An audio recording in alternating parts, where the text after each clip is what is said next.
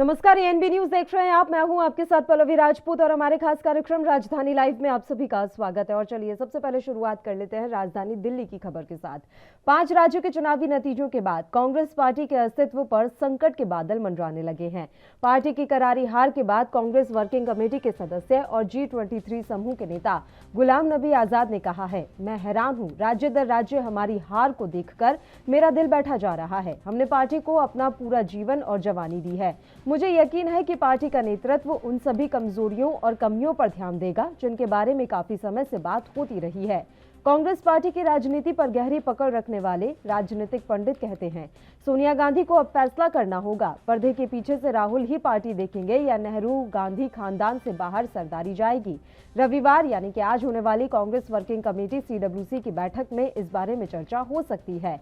हालांकि कांग्रेस कार्य समिति की बैठक से पहले कांग्रेस संसदीय दल की अध्यक्ष सोनिया गांधी ने रविवार की सुबह 10:30 बजे पार्टी के संसदीय रणनीति समूह की बैठक 10 जनपद पर बुलाई है। बता दें कि कल यानी कि माफ कीजिएगा, आज शाम 4 बजे कांग्रेस कार्य समिति की भी बैठक होने वाली है।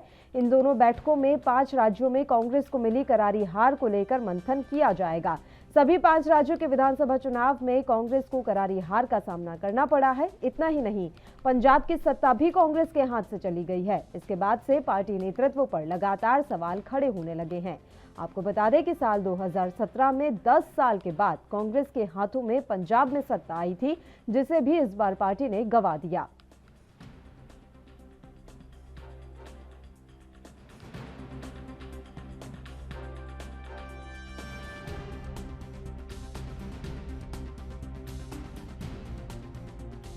फोर इंटू 7 पार्टी है।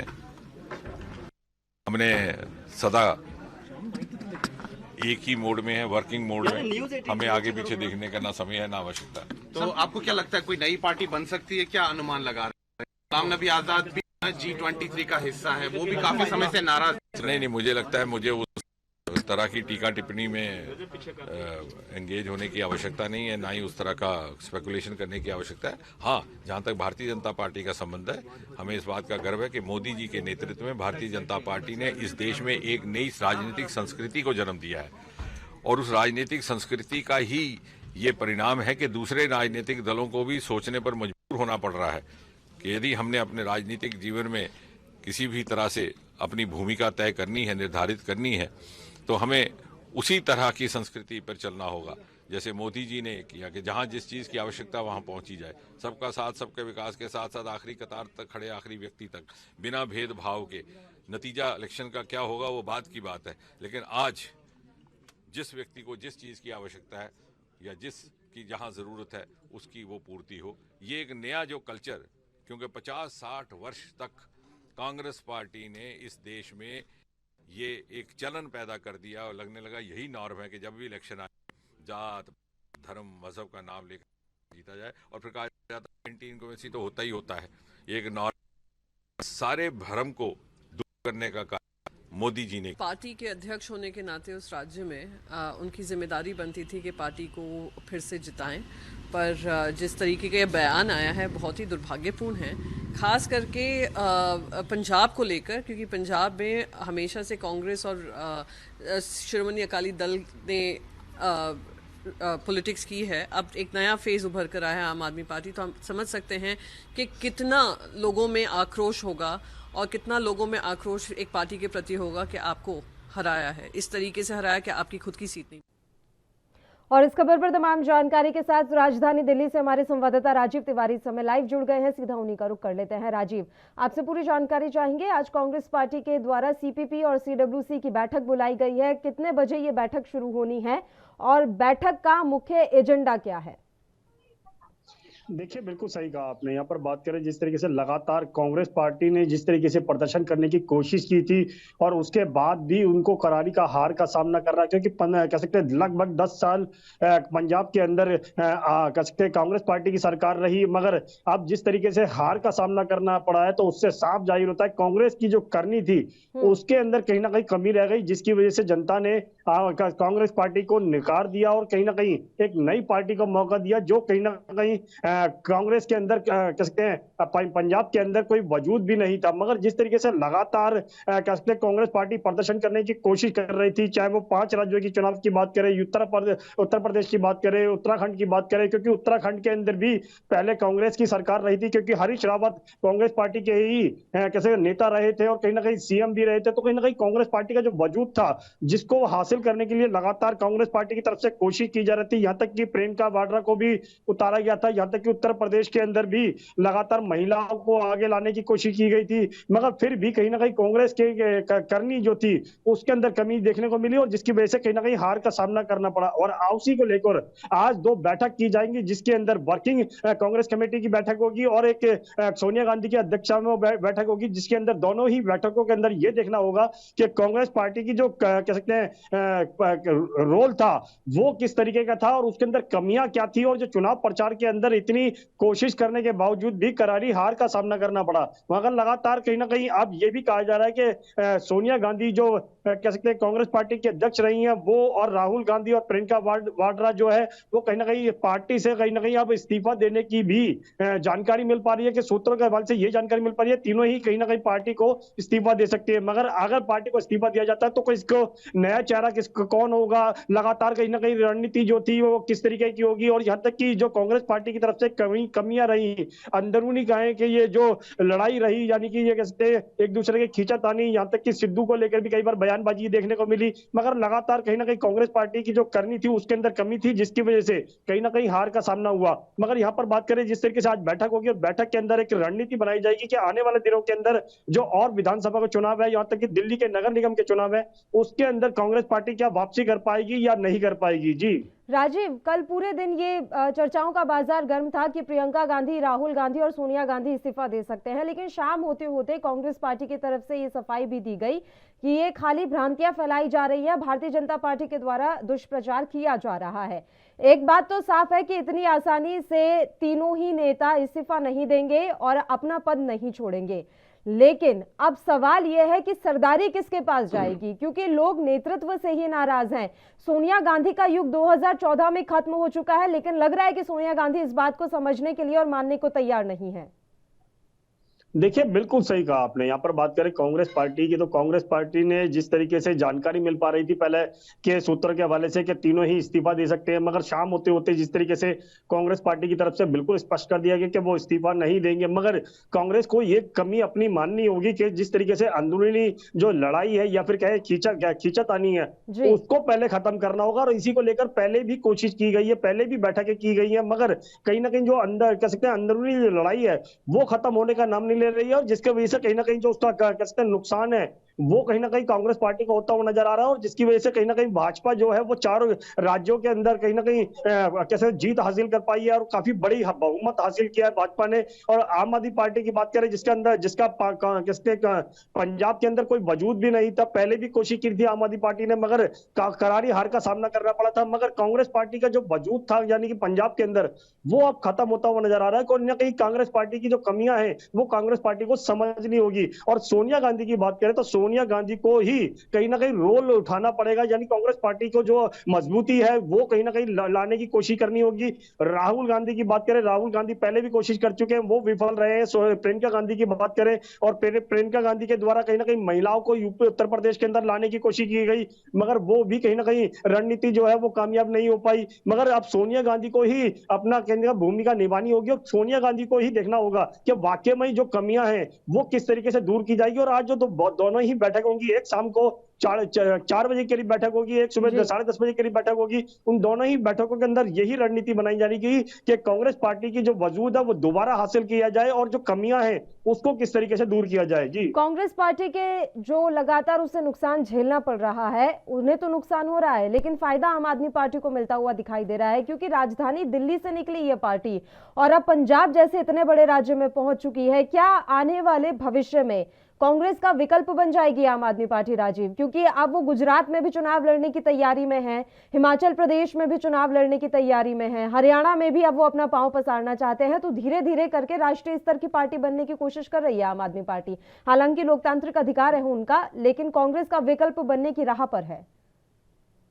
देखिए बिल्कुल सही कहा आपने। यहाँ पर बात करें कांग्रेस पार्टी की, तो कांग्रेस पार्टी का जो कहीं ना कहीं जो फायदा था वो कहीं ना कहीं आम आदमी पार्टी को मिला। और आम आदमी पार्टी एक रीजनल पार्टी थी जो दिल्ली के अंदर ही सीमित थी, जी। मगर वो कहीं ना कहीं अब पंजाब के अंदर बहुमत हासिल कर चुकी है। 92 सीटों पर कहीं ना कहीं जिस तरीके से जीत हासिल की है। और कांग्रेस की जो कमियां थी कहीं ना कहीं उसका फायदा कहीं ना कहीं आम आदमी पार्टी को बिल्कुल मिला है। और इसी वजह से पंजाब की जो सरकार थी वो अब आम आदमी पार्टी के हाथ में गई है। मगर आम आदमी पार्टी अब जिस तरीके से अब कोशिश कर रही है, क्योंकि राजस्थान के अंदर भी चुनाव है और राज्यों के अंदर भी चुनाव है, हरियाणा की बात करें तो हरियाणा के अंदर भी अपना वजूद हासिल करने की कोशिश कर रही है। और जिस तरीके से उत्तर प्रदेश के अंदर भी कोशिश की गई, बेशक उनको आम आदमी पार्टी को हार का सामना करना पड़ा, मगर कोशिश जरूर की थी। मगर सीधे सीधे कहें तो आम आदमी पार्टी जो है वो अपने आप को नेशनल स्तर पर लेके आने की कोशिश कर रही है। और जो कांग्रेस का कहीं ना कहीं जो कमियां हैं उसका फायदा जो बिल्कुल आम आदमी पार्टी को मिलता नजर आ रहा है, और जिसका पहला ही एग्जाम्पल पंजाब के तौर पर देखा जा रहा है। जी, एक बात और समझने की है, अगर हम पंजाब की तरफ देखें या पंजाब के विधानसभा चुनाव के बारे में बात करें राजीव, तो वहां पर भारतीय जनता पार्टी से लड़ाई थी ही नहीं आम आदमी पार्टी की, कांग्रेस से ही थी। अब उत्तराखंड अगर हम ले लेते हैं तो वहां पर बीजेपी से लड़ाई थी, तो वहां पर आम आदमी पार्टी नहीं आ पाई। ऐसे ही गोवा की अगर हम बात करें तो वहां पर भी बीजेपी चुनावी मैदान में थी, तो आम आदमी पार्टी वहां पर नहीं आ पाई। तो एक बात साफ है कि बीजेपी से अगर सीधी लड़ाई में आम आदमी पार्टी उतरती है तो नुकसान झेलना पड़ेगा आम आदमी पार्टी को।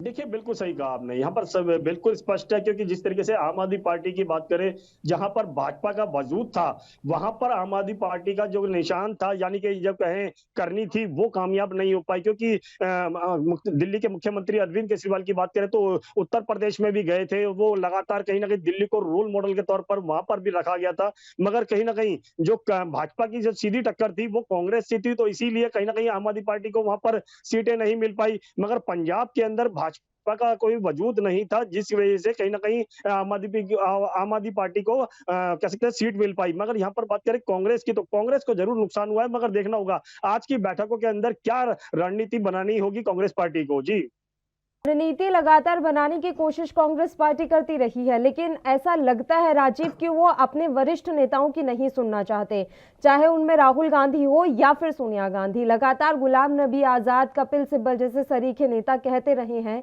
कि आपको आमूलचूल परिवर्तन करने की जरूरत है, लेकिन उन परिवर्तनों पर ध्यान नहीं दे रही है कांग्रेस अध्यक्षा। क्या ये बड़ी वजह है? और उससे भी बड़ी बात यह है कि अब रणनीति पर बदलाव करने की जरूरत है। कांग्रेस पार्टी जो मुद्दे उठाती है वो शायद जनता के पास पहुंच ही नहीं पा रहे हैं। राजीव, देखिए बिल्कुल सही कहा आपने। यहाँ पर बिल्कुल कांग्रेस पार्टी को समझना होगा कि कांग्रेस पार्टी के अंदर अंदरूनी जो लड़ाई है वो क्या है। यानी कि सीधे सीधे कहें जो कांग्रेस पार्टी के जो आला अधिकारी हैं या फिर कहें आला जो नेता हैं, वो जो ऑर्डर पास करते हैं या फिर जो कार्य करने की कोशिश करते हैं या फिर कहें जो अपने कार्यकर्ताओं को एक करने की कोशिश करते हैं, वो ऑर्डर जो है वो नीचे तक फॉलो नहीं किया जाता, जिसका कहीं ना कहीं कांग्रेस पार्टी को सबसे बड़ा नुकसान होता हुआ नजर आ रहा है। क्योंकि जिस तरीके से चुनावी रणनीति बनाई गई थी कांग्रेस पार्टी की तरफ से, मगर जो ग्राउंड लेवल के जो कार्यकर्ता थे वहां तक वो रणनीति पहुंची ही नहीं, और जो पहुंची भी तो कहीं ना कहीं उसको फॉलो नहीं किया गया। तो सबसे बड़ा कहीं ना कहीं नुकसान यही देखने को मिला। मगर यहाँ पर बात करें आप निगम के चुनाव की, तो कांग्रेस पार्टी लगातार कोशिश कर रही थी, और दिल्ली के जो कहते हैं अध्यक्ष है चौधरी अनिल कुमार, वो लगातार ये कह रहे थे कि हमने इतने हजार लोगों को दिल्ली के अंदर जोड़ लिया है।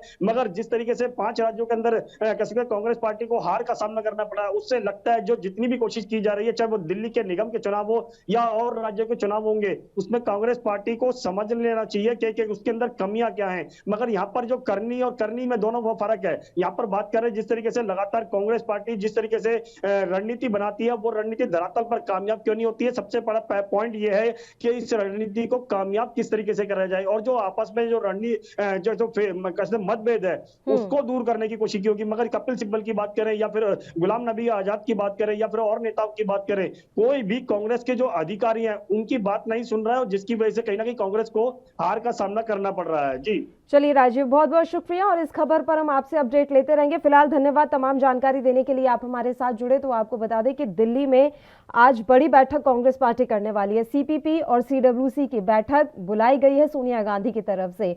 जिस तरीके से 5 राज्यों में करारी हार का सामना करना पड़ा है कांग्रेस पार्टी को, इससे अब कांग्रेस पार्टी चिंतित है, क्योंकि राज्य दर राज्य उनके हाथ से फिसलते जा रहे हैं और राष्ट्रीय स्तर पर भी उनकी छवि काफी खराब हो रही है। ऐसे में अपनी पार्टी को मजबूती देने के लिए आज अहम बैठकें बुलाई गई हैं। उम्मीद करते हैं कि बैठकों के दौरान जो कांग्रेस के वरिष्ठ नेता और कथित रूप से G23 समूह के नेता लगातार सुझाव देते आए हैं, उन सुझावों पर अमल किया जाए।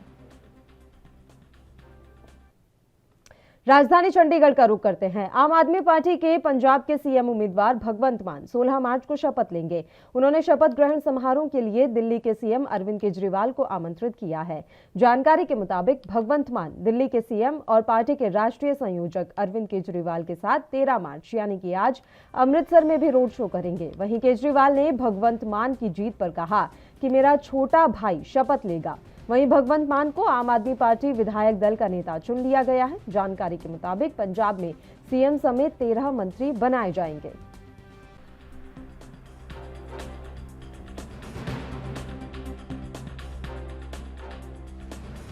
अतर सिंह जी के जन्म स्थान ते आके सुकून भी मिलिया। अरदास कीती है कि बाबा अतर सिंह जी सानू समत ते बल बख्शण, असी भी उच्च सिक्ख्या स्कूल ठीक करिए ताकि संत बाबा अतर सिंह जी के सुपनियां दा जिहड़ा पंजाब सी या सुपनियां दा भारत सी कि हर बच्चे नूं एजुकेशन मिलनी चाहिए और क्वालिटी एजुकेशन मिलनी चाहिए है।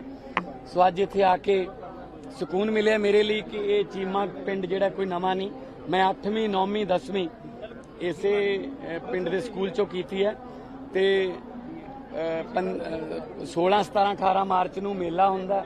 उस मेले का भी बड़ा चाह रहा है। जो छोटे हुंदे सी आके इत्थे मत्था टेकदे सी, लक्कड़ दे ट्रैक्टर खरीदते सी ते बचपन दीयां यादां जुड़ियां होईयां ने।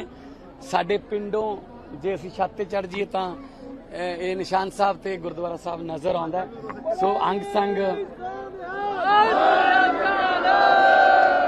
संग सहाई होण साडे पुरखे जिन्हां ने उस जमाने दे विच पढ़ाई नूं तरजीह दित्ती। सो मैं मत्था टेकण आया, बड़ा सुकून मिलिया। शुरुआत एजुकेशन दे सुधार दी किस लेवल तो करन जा रहे हो? जे सुधार दी बड़ी जल्दी तुहानूं पता लग जाऊगा। बहुत बहुत मेहरबानी। मैं इत्थे कोई राजनीतिक गल नहीं करनी। कल नूं मुख्यमंत्री दिल्ली ते साडे नैशनल कन्वीनर आ रहे ने दरबार साहब, दुर्गियाना मंदिर ते वाल्मीकि जी दी जिहड़ी जगह है जिथे लव ते कुछ नूं सिक्ख्या दित्ती सी, मत्था टेकांगे। 16 तरीक नूं 12:30 बजे 16 मार्च नूं खटकड़ कलां दे विच सौं चुकी जाऊगी ते उस तो बाद बड़े वधिया और लोकां दे हक च फैसले जिहड़े ने वो आउण। इस खबर पर तमाम जानकारी के साथ चंडीगढ़ से हमारे संवाददाता अमित कुमार इस समय लाइव जुड़ गए हैं। उनका रुख कर लेते हैं। अमित, पूरी जानकारी आपसे चाहेंगे। भगवंत मान का शपथ ग्रहण 16 मार्च को होना है, उसके लिए क्या कुछ तैयारी की गई है, कहां पर शपथ ग्रहण होगा? इसके अलावा जानकारी मिल रही है कि आज भी मेगा रोड शो आम आदमी पार्टी अमृतसर में निकालने जा रही है। जी बिल्कुल, देखिए अगर हम बात करें तो भगवंत मान की तरफ से खुद ये जानकारी दी है कि 16 मार्च को 12:30 बजे खटकड़ कलां में वो मुख्यमंत्री पद की शपथ लेंगे। इसके लिए बकायदा राज्यपाल को भी न्योता दे दिया गया और उनके साथ उस वक्त अगर के तौर पर कहें कि अरविंद केजरीवाल मौजूद रहेंगे। पर जैसे हमें जानकारी मिल रही है कि भगवंत मान के अलावा वहाँ पे 6 और मंत्री भी शपथ लेंगे। जी हाँ, मतलब कि अगर हम कहें जब भगवंत मान शपथ लेंगे उसके बाद 6 और जो पंजाब के कैबिनेट मंत्री होने वाले आम आदमी पार्टी से वो भी शपथ लेंगे। तो कहीं ना कहीं फुल फ्रंट एक्शन मोड में आम आदमी पार्टी आ चुकी है और इसके सीधे डिसीजन हम ये देख सकते हैं कि कल जो 2 बड़े फैसले हमें सुनने को मिले। सबसे पहले हम बात कर रहे थे वेणु प्रसाद की नियुक्ति से, प्रमुख सचिव के तौर पर उनकी नियुक्ति एक बड़ा फैसला है। तो दूसरा फैसला हम सीधे तौर पर देखें जब पंजाब में 122 पूर्व मंत्रियों की सिक्योरिटी वापस ले ली गई। इसमें हर एक पार्टी के नुमाइंदे शामिल है। अगर हम कहें चाहे वो आम आदमी पार्टी के खुद के ही पूर्व विधायक क्यों ना हो, सबकी सिक्योरिटी एक साथ वापस ले ली गई है। तो सीधे तौर पे आम आदमी पार्टी फुल एक्शन मोड में आ चुकी है और उनके विधायक जो अभी चुन लिए गए हैं वो भी एक्शन मोड में आ चुके हैं। भगवंत मान ने जब विधायक दल की बैठक बुलाई तो उन्होंने एक चीज क्लियर कर दी थी कि आप में से चंडीगढ़ कोई नहीं रहेगा। सीधी इस चीज पे उन्होंने जोर दिया कि आमतौर पे जब ये होता है कोई विधायक चुना जाता है तो आमतौर पर चंडीगढ़ में मौजूद होते हैं और सभी उनके हल्के लोग चंडीगढ़ आके उनसे कोई भी काम तो काम कराते हैं। पर भगवंत मान ने चीज क्लियर कर दी कि आपने अपने हलके में रहना है, अपने हलके के लोगों के बीच में रहना है, उनका काम वहीं पे करना है। कोई भी अफसरशाही या फिर हम कहें कि कोई भी वीआईपी कल्चर का पालन नहीं करेगी आम आदमी पार्टी, और इस चीज का एग्जाम्पल वो खुद दे रहे हैं। खुद उन्होंने बताया कि आज अगर हम कहें कि अमृतसर में एक रोड शो किया जा रहा है, और आज का रोड शो बहुत अहम भी कंसिडर किया जाएगा। तो अमृतसर की अगर हम बात करें तो पंजाब का दिल कंसिडर किया जाता है, और जो भी नए मुख्यमंत्री बनते हैं वो दरबार साहब में जाके जरूर नतमस्तक होते हैं। और जैसी जगह उन्होंने खुद दी कि वो खुद पहले दरबार साहब जाएंगे, उसके बाद दुर्गियाना मंदिर भी जाएंगे, और उसके बाद वाल्मीकि में भी बीच में विचरेंगे। तो आप देख सकते हैं कि हर एक जगह जाएंगे। भगवत मानो साथ में अरविंद केजरीवाल भी रहने वाले हैं दिल्ली के मुख्यमंत्री। कहीं ना कहीं कोशिश की जा रही है कि जल्द से जल्द खुद को लोगों बीच में इंटीग्रेट कर दिया जाए, ताकि लोगों के लिए जो उन्होंने अपना रोड मैप तैयार किया, जो उन्होंने प्लान है, उसकी इम्प्लीमेंटेशन शुरू करने पड़े। और ये भी जानकारी मिल रही है अमित कि उस दिन भले ही 5 से 6 मंत्री शपथ लेंगे, लेकिन भगवंत मान की कैबिनेट में खुद मुख्यमंत्री समेत 17 मंत्री होंगे। जी बिल्कुल, भगत मान ये चीज क्लियर कर चुके हैं कि 17 अगर हम कहें कि कैबिनेट मंत्री चुने जाएंगे।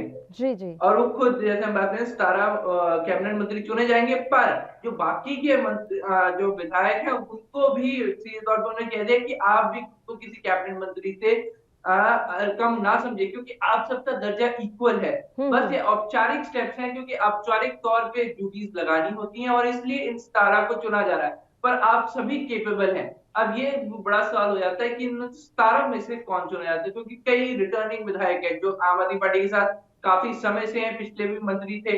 तो क्या उनको मौका दिया जाएगा, क्या उनको सीधे तौर पर विधायक थे, क्या उनको मंत्रिमंडल में जगह दी जाएगी, या फिर नए चेहरों को मंत्रिमंडल में जगह दी जाएगी? एक बहुत बड़ा सवाल खड़ा हो जाता है। पर भगवत मान जिस तरह से एक्शन मोड में नजर आ रहे हैं, तो कहीं ना कहीं ये चांसेस ज्यादा लग रहे हैं कि नए चेहरे हमें इस बार जो है कैबिनेट में देखने को मिलेंगे। और ऐसा जरूरी भी है कि देखिए नए चेंजेस के साथ नए चेहरे आएंगे, और नए चेहरों के साथ सियासत में एक बड़ा फेरबदल आएगा, और इससे पंजाब को ही ऑल ओवर फायदा मिल सकता है। जी देखिए अमित, बहुत बड़े बड़े वादे आम आदमी पार्टी ने किए थे, उसमें मुफ्त बिजली और महिलाओं को हर महीने आर्थिक सहायता देने जैसी बातें शामिल थीं। किसानों के लिए बहुत सारे वादे उन्होंने किए थे। अब इसके लिए चाहिए बजट, और यही एक वजह है कि भगवंत मान ने मुख्यमंत्री बनने से पहले ही पूर्व मंत्रियों की सुरक्षा को कम कर दिया है, कई की सुरक्षा को वापस ले लिया है। इसी तरीके से अब छोटी छोटी बचत करेगी भगवंत मान सरकार, ताकि जनता को सुविधाएं दी जा सके। जी बिल्कुल, देखिए अगर हम बात करें, पहले सिक्योरिटी से ही बात करते हैं कि सभी एक्स एमएलए मंत्रियों की सिक्योरिटी वापस ले ली गई है, जिसमें उन्होंने बकायदा एक खर्चा बचाया, और ये चीज कंसिडर की जाती है क्योंकि वीआईपी कल्चर को भी कहीं ना कहीं इस एक स्टेप से हम सीधे तौर पर है कि उस पर ऊपर हमला है। तो देखिए जब ये मॉडल तैयार किया जा रहा था, जब सब्सिडीज देने की बात की जा रही थी, तो देखिए जो महिलाओं को 1000 रुपए देने की बात की गई है, उसका अनुमानित खर्चा जो बजट की एक्सपेक्टेशन है वो 12,000 करोड़ है। और वहीं जो फ्री बिजली की हम बात करें, जो ब्रैकेट में बिजली सब्सिडी देने की बात करें, उसका अनुमानित खर्चा 3000 करोड़ है। तो लगभग 12,000 और 3000 करोड़ के करीब अगर हम कहते हैं कि जो कैबिनेट एक्सपेंडिचर तैयार करने की जरूरत है। और इसमें जो खुद अरविंद केजरीवाल ये चीज कह चुके हैं कि सिर्फ और सिर्फ सैंड माइनिंग में जो करप्शन है, उस चीज को रोकने से 20,000 करोड़ का बजट आ जाएगा। जी हाँ, सिर्फ सैंड माइनिंग के अंदर जो चीज बोल रहे हैं कि सैंड माइनिंग में जो अगर हम कहें भ्रष्टाचार है, जो करप्शन है, उससे 20,000 करोड़ का अगर हम कहें कि सियासत रेवेन्यू बढ़ जाएगा पंजाब सरकार का, जब उसे रोक दिया जाता है। तो यहाँ पे एक सीधा एग्जाम्पल दिया कि उस 20,000 करोड़ में से अगर हम ऑल ओवर खर्चा कंसिडर करते हैं, तब भी 5,000 करोड़ बच जाएंगे, जो पंजाब सरकार को नेट प्रॉफिट मिलेंगे। उसके अलावा उन्होंने एक और चीज हाईलाइट की थी कि पंजाब में जो अभी पंजाब सरकार के जो बजट है, उसमें से अगर वो सिर्फ 20% करप्शन रोक देते हैं, जो इनका सीधा कहना है कि करप्शन लगभग 20% पंजाब का रेवेन्यू ले जाता है, और वो 20% लगभग 20,000 करोड़ के करीब बनता है। तो उसकी चीज का भी उन्होंने 35,000 करोड़ के बीच का बनता है। उस 35,000 करोड़ के रेवेन्यू लॉस को भी अगर रोक लिया जाता है, तो बहुत बड़ा मार्जिन पंजाब सरकार के पास एज सरप्लस आ जाएगा, जिसका वो यूटिलाइजेशन कर सकते हैं। अब रोड मैप तो दे दिया है, पर अब बात यह है कि ग्राउंड की रियलिटी क्या थी। तो देखिए आप सरकार से तब बाहर थे, सरकार से बाहर आपके कई चीजें, कई पहलू आप कह रहे हैं, कई पॉइंट आउट, कोई चीजें आप पॉइंट आउट कर सकते थे, पर आप सरकार में आ चुके हैं। अब आपको ये चीजें कंसिडर करनी होगी कि इनमें से जो बात आपने बोली है कि वो एक्चुअल में वो है, या फिर आपको नए रेवेन्यू सोर्सेज बनाने पड़ेंगे। तो स्टेप्स हैं, इनिशिएशंस अब जल्दी ले लिए जाएंगे। अब ये देखना होगा कि क्या वो टर्नओवर मिल रहा है, क्या वो रेवेन्यू एक्सपेक्टेशन जो रखी गई, क्या वो रेवेन्यूज आ पाएंगे, जो भी कदम उठाने की सोच रही है आम आदमी पार्टी। पर अगर वो चीज आती है, तो पंजाब को एक मेजर, अगर हम कहें, रेवेन्यू प्रॉफिट आम आदमी पार्टी देके जा सकती है, अगर जो स्टेप्स ये बता रहे हैं और उन चीजों पे एक्चुअल में असर हो जाता है। और अगर हो जाता है तो पंजाब को ऑफकोर्स हम रेवेन्यू में प्रॉफिट देखेंगे, और पंजाब में ऑल ओवर हमें कहीं ना कहीं हर एक स्टेट के मुकाबले अगर कहीं ना कहीं ये देखें तो पंजाब में एक नया मॉडल दोबारा से देखने को मिलेगा। पंजाब को एक वेरी फास्ट ग्रोथ पीरियड के थ्रू गुजरना पड़ेगा, और उसमें लोगों को और आम आदमी पार्टी के विधायकों के जो कितने प्रॉमिस है वो सब फुलफिल होते हुए नजर आएंगे। अमित, भगवंत मान को लेकर अगर बात की जाए तो क्या लग रहा है आने वाले वक्त में वो भी इस वीआईपी कल्चर में ढलते हुए दिखाई देंगे, या फिर जैसे वो अभी सबसे मिलते हैं उसी तरीके से लोगों से मिलते रहेंगे और लोगों के बीच उनकी पहुंच बड़ी आसान होगी? क्योंकि कैप्टन अमरिंदर सिंह के साथ ये बड़ी समस्या थी, आम जनता उनसे मिल ही नहीं सकती थी। तो ये उम्मीद की जा सकती है भगवंत मान जनता के बीच में ही रहेंगे हमेशा? जी देखिए, जैसे हम मोबाइल ग्रुप्स देख रहे हैं या फ्रंट्स देख रहे हैं के तौर पे, तो कहीं ना कहीं भगवंत मान आम आदमी को लुक यही दे रहे हैं। अगर आम आदमी पार्टी के विधायकों को प्रायोरिटाइज कर रहे हैं और खुद भी एक चीज प्रायोरिटाइज कर रहे हैं कि वो आम लोगों के बीच में रहेंगे। देखिए, उसने जब विधायक दल की बैठक बुलाई थी, बैठक में पहला इनिशिएटिव जो उन्होंने सीधे तौर पर चीज बोली है कि आपने अपने हलकों में रहना है। इस चीज को सीधा सीधा जोड़ दिया उन्होंने सभी विधायकों से। उन्होंने बोला है कि आपने चंडीगढ़ जितना कम हो सके उतना रहना है, पर आपको अपने हलकों में रहना है। और जब कोई भी विधायक अपने हलकों में रहता है तो वो लोगों के लिए काफी ज्यादा रीचेबल हो जाता है। आम जनता, जो वहां की जनता, वो इजिली उनसे मिल पाती है। तो ये एक बहुत बड़ा मेजर स्टेप है, और खुद इस चीज को फॉलो करेंगे, खुद अपने हलके में रहेंगे और पूरे पंजाब के लिए ऑफकोर्स काम करते रहेंगे। देखिए, उन्होंने एक मॉडल तैयार किया है, उन्होंने एक आइडियोलॉजी सेट की है कि हम आम आदमी हैं और आम आदमी के बीच में ही रहने वाले हैं। पर मॉडल सेट हो चुके हैं, उनकी तरफ से वादे भी कर दिए हैं, प्रोमिस भी कर दिए गए। अब बात स्टेप वहां पे आती है इनकी इम्प्लीमेंटेशन की। हमें अब ये देखना होगा कि क्या जो बातें किए गए हैं, जो बातें बोली गई हैं, क्या वो पूरे होते हैं या नहीं। क्योंकि देखिए, कई बार वादे बहुत अच्छे अच्छे कर दिए जाते हैं, कांग्रेस ने भी किए थे, हर एक पॉलिटिकल पार्टी ने किए थे, पर ग्राउंड पे कितने पूरे आम जनता को उससे जैसे जैसे वक्त गुजरता जाता है वैसे वैसे नेता सत्ता के नशे में चूर होते जाते हैं। अब ऐसा आम आदमी पार्टी के साथ ना हो, ये देखने वाली बात रहेगी। शुक्रिया अमित, आप हमारे साथ जुड़े तमाम जानकारी देने के लिए। खबरें अभी और भी हैं, यहाँ बस एक छोटे से ब्रेक के लिए रुक रहे हैं, जल्द हाजिर होंगे।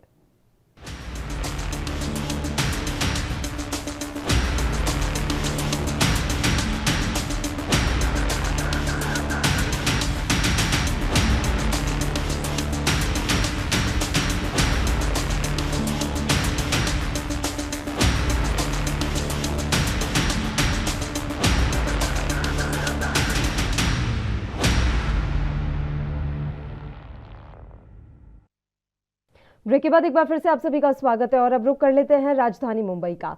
महाराष्ट्र की आघाड़ी सरकार और विपक्ष में अब आर पार की लड़ाई शुरू हो गई है। केंद्रीय एजेंसियों के जरिए बीजेपी आघाड़ी के नेताओं पर दबाव बना रही है, तो इसके जवाब में सरकार भी खुलकर मैदान में आ गई है।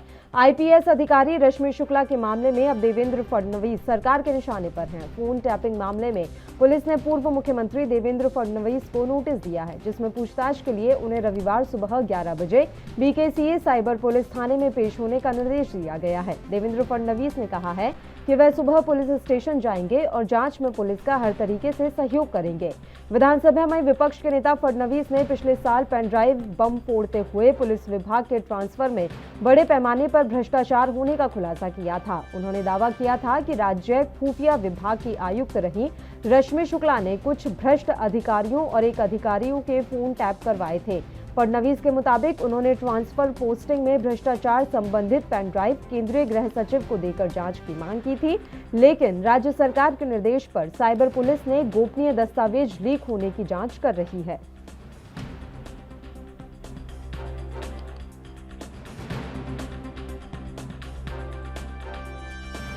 आघाड़ी इतनी भ्रष्ट सरकार है कि एक के बाद इनके मंत्री भ्रष्टाचार के आरोपों में लिप्त हो रहे हैं, गिरफ्तार हो रहे हैं। पहली कड़ी में जो पूर्व गृह मंत्री थे अनिल देशमुख, उन्हें गिरफ्तार किया गया। दूसरे जो नवाब मलिक है, उन्हें आतंकवादियों के साथ में टेरर फंडिंग और आर्थिक व्यवहार के कारनामों के तहत उन्हें ईडी ने गिरफ्तार किया है। और जिस तरीके से वो अपना राजीनामा नहीं दे रहे हैं और उल्टा भाजपा के नेताओं को गलत विवाद में, गलत आरोपों के तहत गिरफ्तार करने की या फंसाने की साजिश कर रहे हैं, क्योंकि कहीं ना कहीं इनके ऊपर जो दबाव बन रहा है भ्रष्टाचार के तहत, तो ये चाहते हैं कि इस तरीके के साजिश करके हमारे नेताओं को फंसाने की कोशिश कर रहे हैं। उसी के तहत इन्होंने आज आदरणीय हमारे महाराष्ट्र के सर्वोच्च नेता देवेंद्र जी को एक नोटिस भेजा था, लेकिन जब पूरे महाराष्ट्र ने इसके प्रति अपना रुख बताया, जिस तरीके से पूरे भारतीय जनता पार्टी के कार्यकर्ता और महाराष्ट्र के बॉम्बे के सभी जनता ने भी उस समय यहाँ पे साइबर सेल में बीकेसी के अंदर जाने का विचार किया और सभी लोगों ने वैसी तैयारी की, तो कहीं ना कहीं पुलिस प्रशासन को ये समझ में आया कि वो जो कुछ भी कर रहे हैं सरकार के दबाव में वो गलत है। फिर पुलिस ने ये निर्णय लिया कि लॉ एंड ऑर्डर की सिचुएशन ना हो जाए और कहीं ना कहीं गलत तरीके से महाराष्ट्र के अंदर ऐसी कोई परिस्थिति ना हो, इसी को कंट्रोल करने के लिए उन्होंने आदरणीय देवेंद्र जी को फ़ोन करके कहा कि जो भी वो इंक्वायरी करनी है, पूछताछ करनी है, वो उनके घर पे आके करेंगे। और हमें पूरा विश्वास है कि इस तरीके के आरोप को जो भी वो लोग लगा रहे हैं वो सभी के सभी इस खबर पर तमाम जानकारी के साथ मुंबई से हमारे संवाददाता सत्यप्रकाश सोनी इस समय लाइव जुड़ गए हैं। सत्यप्रकाश, सबसे पहले तो आपसे ये जानना चाहेंगे कि देवेंद्र फडणवीस को किस मामले में पूछताछ के लिए बुलाया गया है, पूरी जानकारी मामले के बारे में। बिल्कुल पल्लवी जी, देखिए महाराष्ट्र के पूर्व मुख्यमंत्री देवेंद्र फडणवीस ने विधानसभा में पिछले साल एक पेन ड्राइव बम फोड़ा था, जिसमें बताया था या तमाम जो मनपा के अधिकारी है उनके तबादले को लेकर धांधली की गई है, भ्रष्टाचार किया गया है। उसका स्टिंग ऑपरेशन उनके पास मौजूद है, जिसका उन्होंने केंद्रीय गृह सचिव को ये पेन ड्राइव दी थी।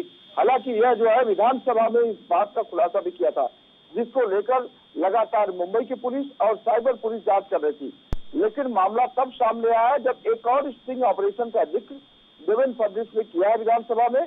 उन्होंने कहा है कि एक स्टिंग ऑपरेशन हमने करवाया है, जिसमें सीधे तौर पर बताया गया है कि महाविकास आघाड़ी सरकार से जुड़े तमाम नेता बीजेपी के नेताओं को जेल में डालने की बात कर रहे हैं।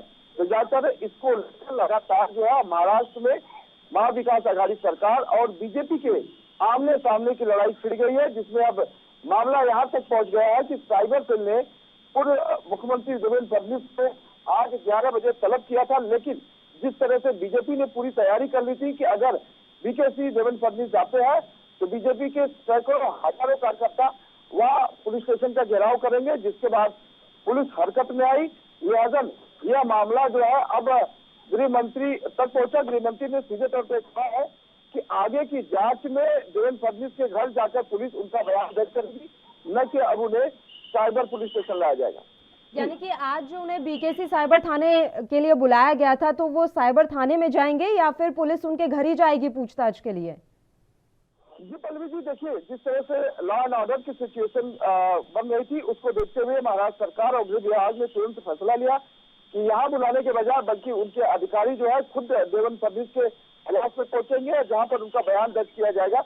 यानी कि यह साफ हो गया कि देवेंद्र फडणवीस अब जो है बीकेसी नहीं आएंगे। और लेकिन देवेंद्र फडणवीस तो कह रहे हैं सत्यप्रकाश कि जांच में पूरी तरीके से वे सहयोग करेंगे, तो ऐसे में कार्यकर्ताओं के द्वारा थाने के घेराव की जो घोषणा की गई है उसकी क्या जरूरत आन पड़ी, जब खुद फडणवीस जांच में सहयोग करने के लिए तैयार हैं? देखिए पल्लवी जी, बीजेपी जो है महाविकास आघाड़ी सरकार को हर मुद्दे पे घेरना चाहती है। हालांकि एक बार फिर से बीजेपी को मौका मिला है जब आघाड़ी सरकार को घेरते हैं। अब ऐसे में जब मौका मिला है तो बीजेपी के कार्यकर्ताओं ने और सभी जिला अध्यक्ष को निर्देशित किया गया था कि जैसे देवेंद्र फडणवीस बीकेसी पहुंचते हैं, BKC cyber cell police station का घेराव किया जाएगा। लेकिन आनंद फानंद में पुलिस ने भी तमाम मंत्रियों के साथ अपनी बैठक की। इस बैठक में आदेश किया गया कि अब जो है देवेंद्र फडणवीस को यहाँ नहीं बुलाया जाएगा, बल्कि खुद साइबर अधिकारी उनके घर जाकर उनका बयान दर्ज करेंगे, जिससे लॉ एंड ऑर्डर की जो सिस्टम बन रही थी वो कहीं ना कहीं बिगड़े ना।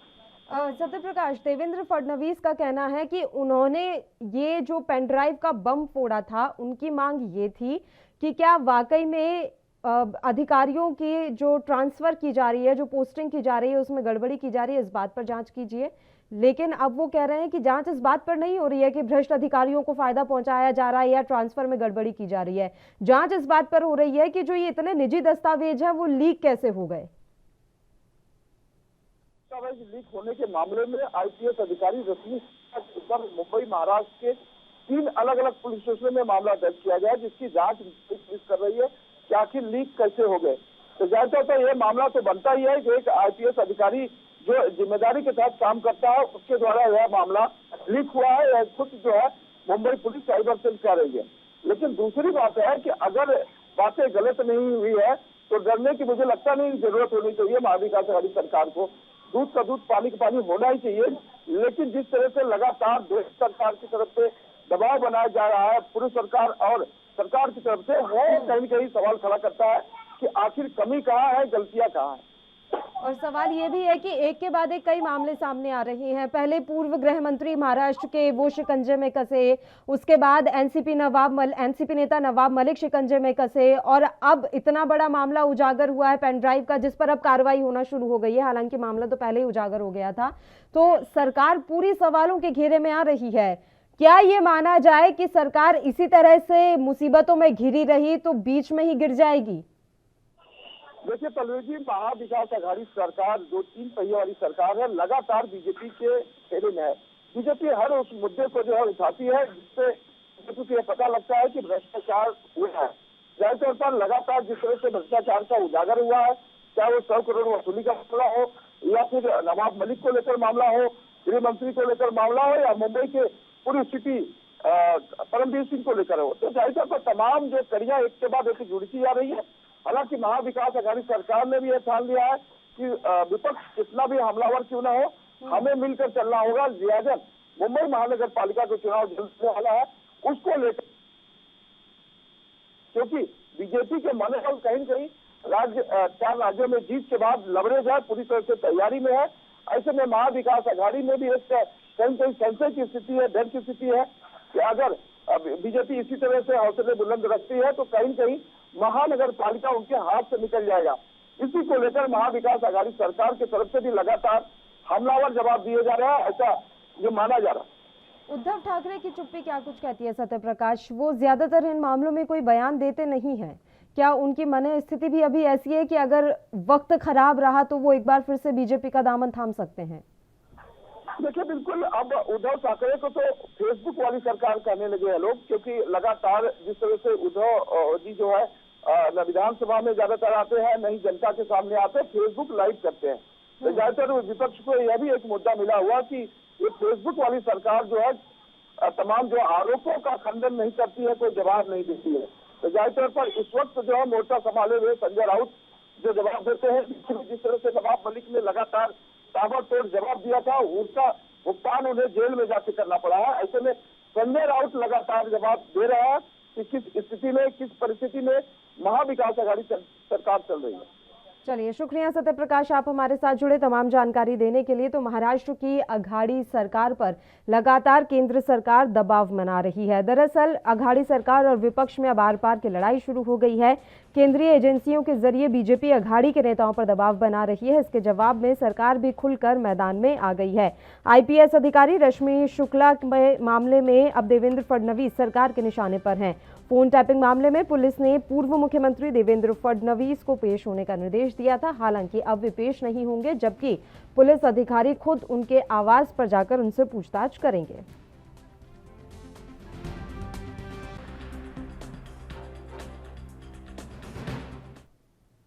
उत्तर प्रदेश में मिली प्रचंड जीत के बाद अब बीजेपी में सरकार गठन को लेकर कवायद तेज हो गई है। सरकार के स्वरूप और मंत्रिमंडल के गठन को लेकर चर्चा करने के लिए उत्तर प्रदेश के कार्यवाहक मुख्यमंत्री योगी आदित्यनाथ रविवार को राजधानी दिल्ली के दौरे पर रहेंगे। मिली जानकारी के मुताबिक दिल्ली दौरे के दौरान रविवार को योगी आदित्यनाथ प्रधानमंत्री नरेंद्र मोदी और बीजेपी के राष्ट्रीय अध्यक्ष जेपी नड्डा से मुलाकात करेंगे। बताया जा रहा है कि इस मुलाकात के दौरान योगी आदित्यनाथ सरकार के स्वरूप, मंत्रिमंडल में शामिल किए जाने वाले चेहरों के साथ ही शपथ ग्रहण समारोह की तारीख को लेकर भी प्रधानमंत्री और पार्टी के राष्ट्रीय अध्यक्ष के साथ चर्चा करेंगे।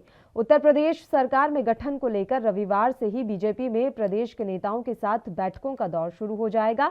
योगी सरकार के नए अवतार में कौन कौन से चेहरे शामिल होंगे, इसको लगातार सोशल मीडिया पर भी चर्चाएं चल रही हैं। पार्टी सूत्रों का दावा है कि अभी किसी भी लेवल पर कोई चर्चा नहीं हुई है। हालांकि यह तय माना जा रहा है कि इस नई सरकार में कुछ नए चेहरों को मौका मिलेगा। बड़ी संख्या में जीत कर आए सरकार के कुछ मंत्रियों में से रिपीट भी होंगे।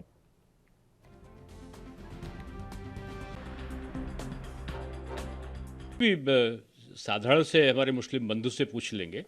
मैं कह रहा हूं जहां पे बैठा हूं आप मुस्लिम क्षेत्र में बैठे हो, आप जाके किसी मौलाना जी से पूछिएगा कि रात को 12 बजे भी मुझे ही याद करते हैं। और ये पार्टी की सरकार पहले की सरकार से ज़्यादा सुरक्षा देती है कि नहीं देती है? आप उनसे पूछ के देखें। किसी की भावना को कभी चोट नहीं पहुंचाया हम लोगों ने।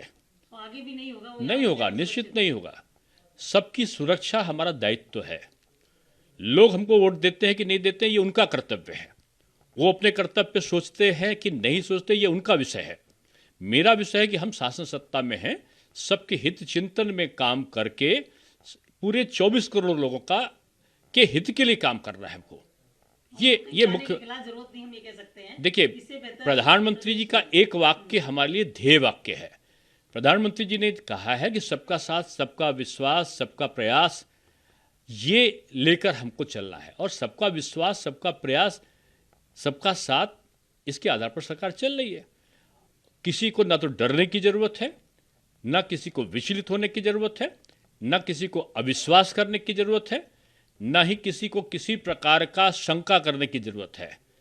सबका साथ, सबका विकास, सबका विश्वास, सबके लिए प्रयास, हमारी सरकार आगे इसी आधार पर काम करती आई है। और बीजेपी की सरकार में जो भी होगा वो इस काम को करेगा। तो उत्तर प्रदेश में मिली प्रचंड जीत के बाद अब बीजेपी में सरकार गठन को लेकर कवायद तेज हो गई है। सरकार के स्वरूप और मंत्रिमंडल के गठन को लेकर चर्चा करने के लिए उत्तर प्रदेश के कार्यवाही मुख्यमंत्री योगी आदित्यनाथ रविवार यानी कि आज राजधानी दिल्ली के दौरे पर रहेंगे। मिली जानकारी के मुताबिक दिल्ली दौरे के दौरान रविवार को योगी आदित्यनाथ प्रधानमंत्री नरेंद्र मोदी और बीजेपी के राष्ट्रीय अध्यक्ष जेपी नड्डा से मुलाकात करेंगे। बताया जा रहा है कि इस मुलाकात के दौरान योगी आदित्यनाथ सरकार के स्वरूप, मंत्रिमंडल में शामिल किए जाने वाले चेहरों के साथ ही शपथ ग्रहण समारोह की तारीख को लेकर भी प्रधानमंत्री और पार्टी के राष्ट्रीय अध्यक्ष के साथ चर्चा करेंगे। इस खबर पर तमाम जानकारी आप तक पहुंचाएंगे, लेकिन उससे पहले बस एक छोटे से ब्रेक के लिए हम यहाँ रुक रहे हैं। आप बने रहें। ब्रेक के बाद एक बार फिर से आप सभी का स्वागत है। ब्रेक पर जाने से पहले राजधानी लखनऊ की खबर हमने आप तक पहुंचाई थी। योगी आदित्यनाथ दिल्ली के दौरे पर रहेंगे और यहां प्रधानमंत्री नरेंद्र मोदी और जेपी नड्डा के साथ भी मुलाकात करेंगे और सरकार गठन पर उनके साथ चर्चा होगी। इस खबर पर तमाम जानकारी के साथ लखनऊ से हमारे संवाददाता जितेंद्र चौहान इस समय जुड़ गए हैं। सीधा उन्हीं का रुख कर लेते हैं। जितेंद्र, पूरी जानकारी आपसे चाहेंगे। दिल्ली दौरे पर है योगी आदित्यनाथ, पूरी संभावनाएं हैं कि वो सरकार गठन पर ही चर्चा करने के लिए वहां गए हैं।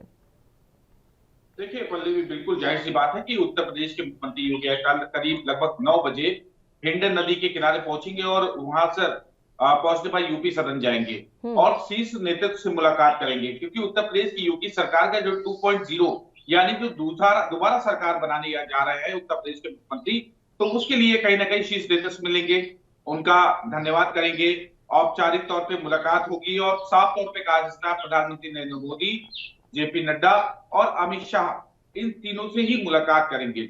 और साथ ही साथ इनकी मुलाकात के साथ औपचारिक मुलाकात तो होगी और उसके साथ शपथ ग्रहण समारोह के लिए आमंत्रण करने का काम भी, निमंत्रण देने का काम भी उत्तर प्रदेश के मुख्यमंत्री योगी आदित्यनाथ करेंगे। और कैबिनेट में जो होनी है, जो कैबिनेट का गठन होना है, उन कैबिनेट में भी कहीं ना कहीं चर्चा हो सकती है, क्योंकि ये कहा जा रहा है कि इस बार जो उत्तर प्रदेश की योगी सरकार अपनी सरकार बनाने जा रही है, उस सरकार में नए चेहरों को जगह मिलेगी।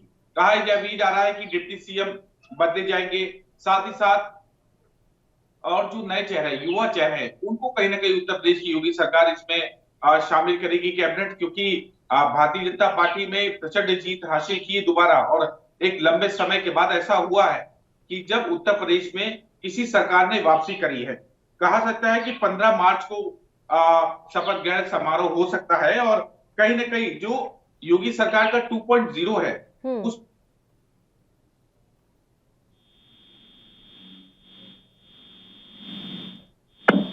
निमंत्रण भी दे सकते हैं उत्तर प्रदेश के। अच्छा जितेंद्र, ये बात साफ तौर पर कही जा रही है कि इस बार सरकार का जो स्वरूप होगा वो काफी बदला हुआ होगा।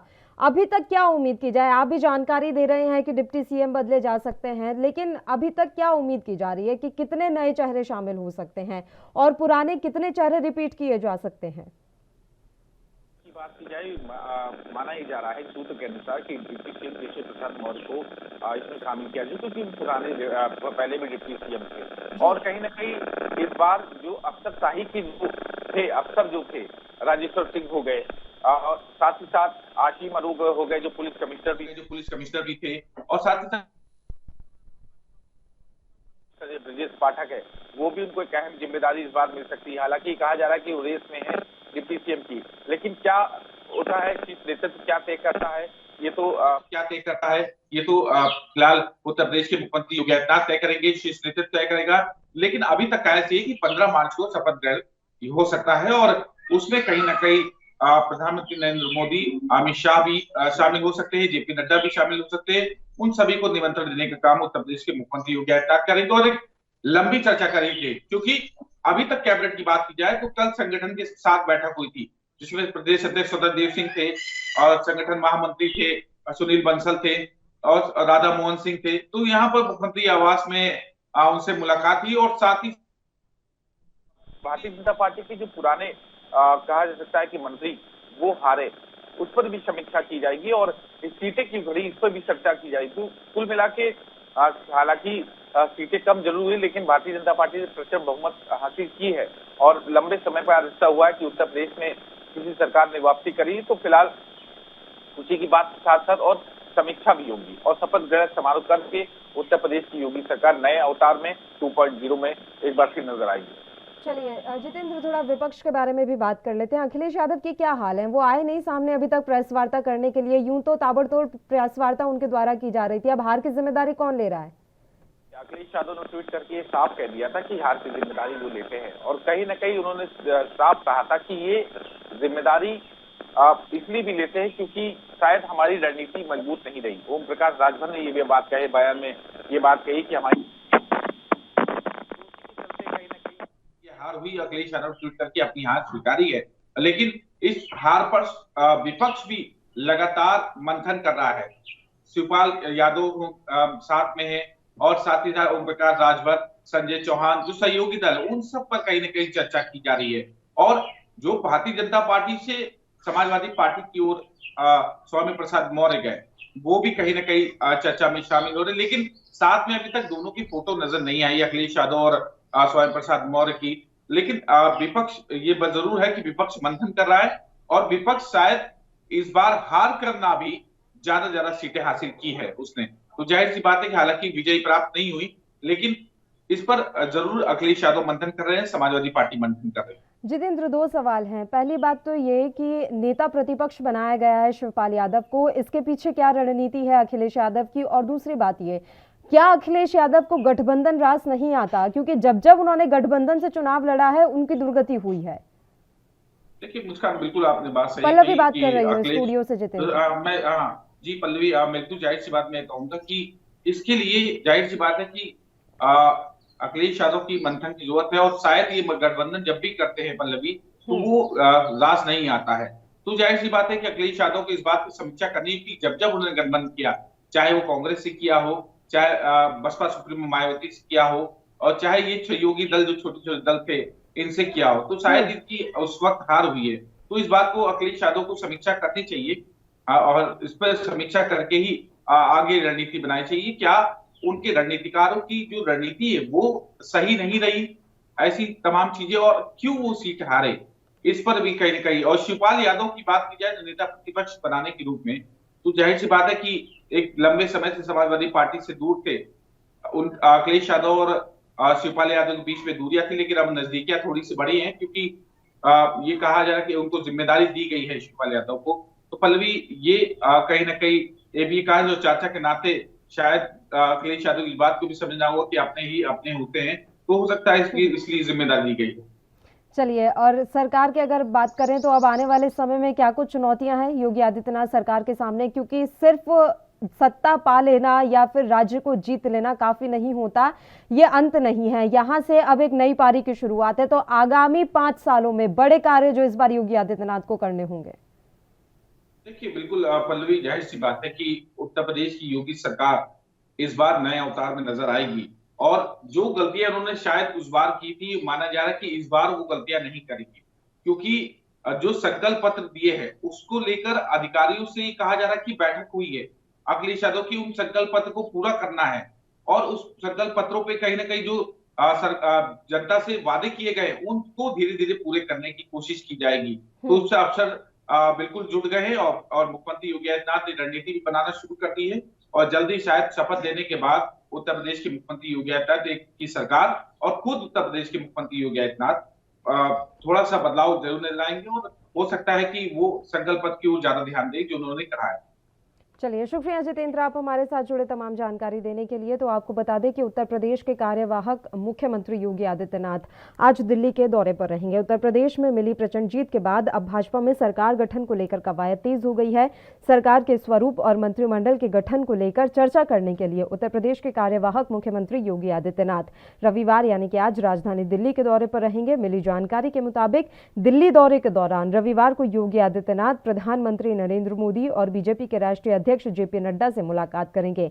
बताया जा रहा है कि इस मुलाकात के दौरान योगी आदित्यनाथ सरकार के स्वरूप, मंत्रिमंडल में शामिल किए जाने वाले चेहरों के साथ ही शपथ ग्रहण समारोह की तारीख को लेकर भी प्रधानमंत्री और पार्टी के राष्ट्रीय अध्यक्ष जेपी नड्डा से चर्चा करेंगे। उत्तर प्रदेश में सरकार गठन को लेकर रविवार से ही भाजपा में प्रदेश के नेताओं के साथ बैठकों का दौर भी शुरू हो गया।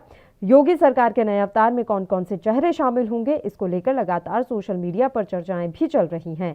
लेकिन पार्टी सूत्रों का दावा है कि अभी किसी भी लेवल पर कोई चर्चा नहीं हुई है। हालांकि ये तय माना जा रहा है कि इस नई सरकार में कुछ नए चेहरों को मौका मिलेगा।